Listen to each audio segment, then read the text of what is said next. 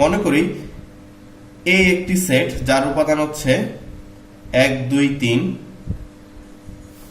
B একটি set যার উপাদান হচ্ছে 4 আর 5, সি একটি সেট যার উপাদান হচ্ছে 6 7 8। তাহলে যদি আমি বলি এর সার্বিক সেট কত হবে, এখানে মোট 3টি সেট রয়েছে, এই 3টি সেটে মোট কয়টি 8টি উপাদান রয়েছে। তো সার্বিক সেটে এই 8টি উপাদানই থাকবে।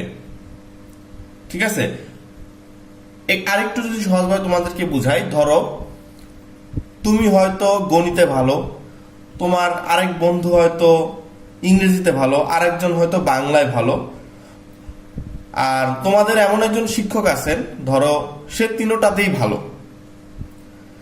তোমাদের মধ্যে যে গুণগুলো আছে তার মধ্যে সেই সবগুলা গুণই আছে। শিক্ষক না হতে পারে, তোমার বন্ধু হতে পারে যে সে সব সাবজেক্টেই ভালো একদম সমানভাবে, মানে তার মধ্যে সব গুণই বিদ্যমান আছে। তাহলে এর মানে হলো যে এ সেট বি সেট সি সেটে যেই উপাদানই থাকুক না কেন, এই সব উপাদানই হচ্ছে কি সার্বিক সেটে থাকবে। তাহলে দেখো এখানে 1 2 3 আছে, সার্বিক সেটেও কি 1 2 3 থাকবে। বি সেটে 4 5 আছে, 4 5ও থাকবে। সি সেটে 6 7 8 আছে, 6 7 8ও থাকবে। ঠিক আছে, তো এরপর যদি আমরা এটা সমাধান করি, যে ধরি এ সেটে আছে 1 3 5,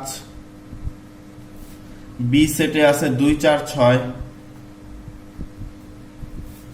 সি সেটে আছে 7 8 9, আর ধরো ডি সেটে আছে 9 আর 10। তাহলে এটা সার্বিক সেটটা কি হবে, তার এই সেটগুলোর কাছে যা উপাদান আছে সার্বিক সেটের কাছে এই সবগুলো উপাদানই থাকবে। ঠিক আছে, তাহলে আমি সিরিয়ালে লিখি 1, পরে 2 3 4 5 6 7 8 9, 9 কিন্তু দুইবার আছে, কিন্তু আমরা একবারই নিব।